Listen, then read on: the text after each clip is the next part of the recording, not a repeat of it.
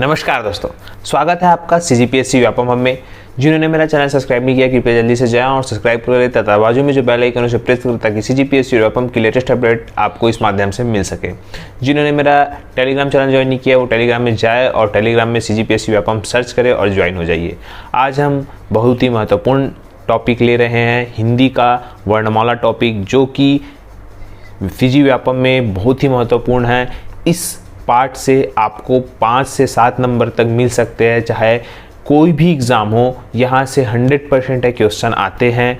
अगर 5 मिनट की वीडियो में आपको 1 से 2 नंबर मिल जाते हैं तो इससे ज़्यादा लाभदायक और कुछ भी नहीं। तो आप लोग इस वीडियो को अंतिम तक देखें। चलिए हम स्टार्ट करते हैं।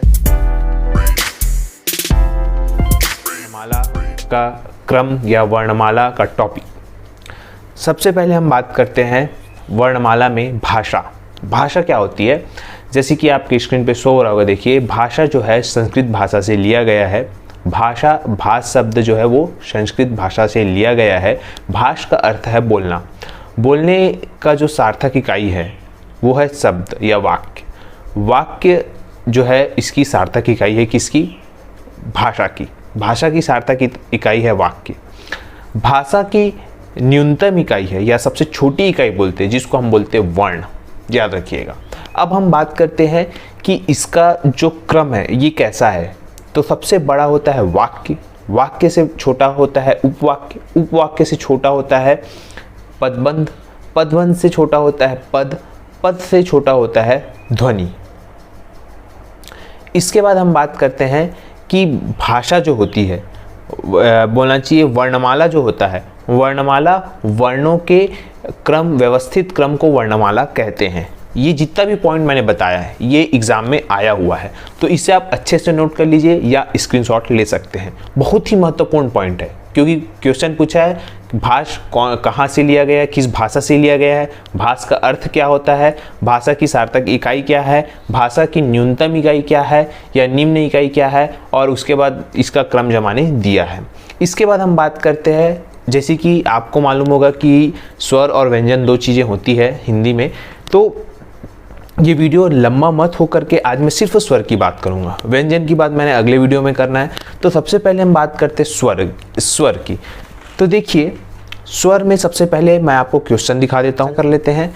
क्वेश्चन जो है ये सहायक संपरीक्षक 2018 के एग्ज़ाम में पूछा गया है कि स्वर किसे कहते हैं। देखिए आपकी स्क्रीन पे शो हो रहा होगा, स्वर किसे कहते हैं। तो इसमें ऑप्शन है स्वर एवं स्वर वर्णों का मेल, स्वर एवं व्यंजन वर्णों का मेल, व्यंजन एवं विसर्ग का मेल, और इनमें से कोई नहीं।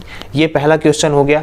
एक और क्वेश्चन है स्वर वह ध्वनि है जिसके उच्चारण में, ऑप्शन ए है हवा मुख फीवर से नहीं निकल पाती, ऑप्शन बी है हवा अबाध गति से मुख विवरण से निकल जाती है, ऑप्शन सी है हवा मंद गति से मुख विवरण से निकल जाती है, और हवा मध्यम गति से मुख विवरण से निकल जाती है। तो देखिए ये चारों है। आपको दोनों प्रश्न दिख रहे होंगे। अब हम बात करते हैं स्वर होते क्या चीज़ है। देखिए आपने प्रश्न देख लिया, आपको समझ आ गया कि प्रश्न कैसे आ रहे हैं। अब हम इसके थ्योरेटिकल पार्ट में चलते हैं। तो देखिए स्वर किसे कहते हैं? स्वर जिनका उच्चारण बिना अवरोध के होता है, इनके उच्चारण की सहायता, मतलब इनके उच्चारण के लिए दूसरे वर्ण की जो है वो सहायता नहीं ली जाती, वायु मुख से निर्बाध रूप से निकलती है, और सामान्यतः कंठ और तालु का प्रयोग किया जाता है। सीधी सी बात है, स्वर का जो उच्चारण है वो क्या बोलते हैं, स्वतंत्र रूप से होता है। सीधी सी बात, इसका एक सारांश आप निकालेंगे तो स्वर का जो उच्चारण है वो हम बिना किसी दूसरे वर्णों की सहायता से लेते हैं, बस इससे ज़्यादा कुछ भी नहीं। स्वरों की संख्या आपको मालूम है कितनी होती है? 13। अ आ ई उ ऊ ए ओ और अम आहा और री, ये 13 जो है स्वर है।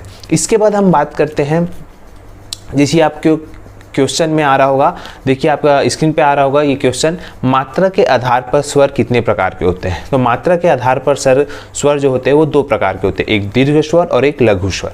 इसके बाद हम बात करते हैं उच्चारण के आधार पर। तो देखिए उच्चारण के आधार पर जो है वो स्वर है कितने प्रकार के होते हैं? तो वो है 3 प्रकार के। कौन कौन से? ह्रस्व स्वर या लघु स्वर जिसको बोलते हैं, दीर्घ स्वर, और होता है प्लुस स्वर। तो देखिए आपके स्क्रीन पे शो हो रहा होगा। फिर लघु स्वर किसे कहते हैं, इसमें से दिखा है लघु स्वर, इनमें से कौन सा है? ऑप्शन है आ, ए, री और उपयुक्त सभी। तो देखिए आपको ये चीज़ें अच्छे से कैसे याद करनी मैं आपको बताता हूँ ट्रिक के साथ। तो देखिए ह्रस्व स्वर दीर्घ स्वर और लघु स्वर। लघु स्वर में 4 है, याद कैसे करना है, अ, ई, उ और री, ये 4 ही है, इससे ज़्यादा आपको याद नहीं करना है। अ, ई, उ, री, आपको दीर्घ स्वर याद करने की जरूरत नहीं। अगर इसमें से कोई आता है ह्रस्व स्वर तो आप ह्रस्व स्वर याद रखिए और दीर्घ स्वर आपको ऑटोमेटिकली पता चल जाएगा।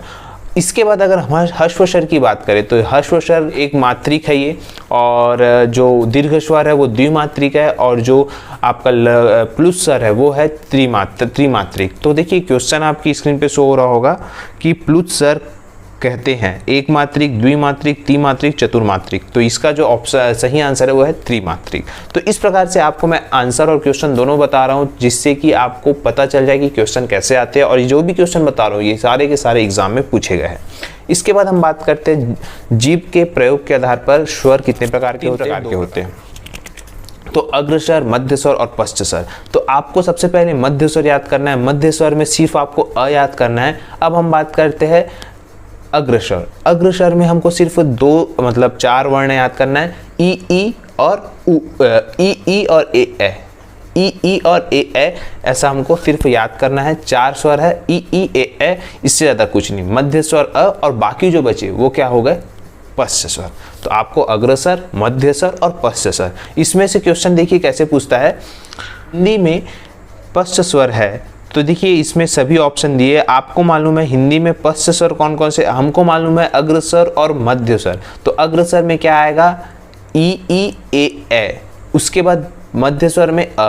तो ये चारों चीज़ जहाँ होंगी उसको हम हटा देंगे, तो सीधा सीधा इसका ऑप्शन डी जो है वो सही आंसर होगा।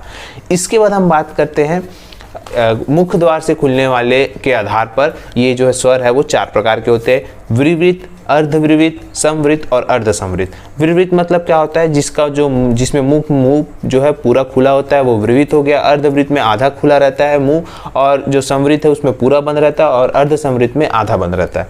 अब देखिए इसके एग्जाम्पल हम समझने की कोशिश करते हैं। जो विवृत है मतलब जिसमें मुख पूरा खुलता है, तो मुख किसमें पूरा खुलता है, आ, सिर्फ एक ही में आ। इस आप बोलेंगे तो आपको खुद समझ आ जाएगा, आ बोलेंगे तो पूरा मुंह खुलता है। आ के बाद अगर हम बात करते हैं अर्धवृत्ति, अर्धवृत्त में ए और ओ और अ, ये चारों है, और समवृत्त में है ई उ, और फिर अर्ध समवृत्त में ए ओ। तो ये जो है बहुत ही इंपॉर्टेंट है, आप इसे याद करके रखिएगा, क्योंकि हमेशा इसमें से क्वेश्चन जो है वो पूछे जाते हैं।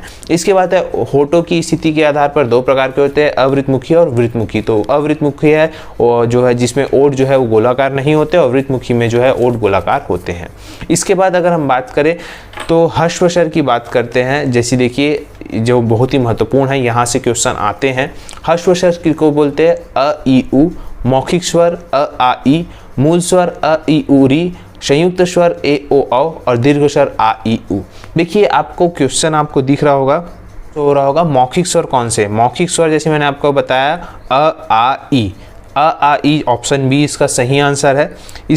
तो देखिए आप जो है आज का बोल सकते हैं कि जो स्वर वाला पार्ट है वो कंप्लीट होता है। आशा करता हूँ कि ये छोटा सा वीडियो आप लोगों को अच्छा लगा होगा। अगर अच्छा लगा हो तो इसे लाइक करें, शेयर करें, सब्सक्राइब करें तथा वीडियो देखने के लिए धन्यवाद।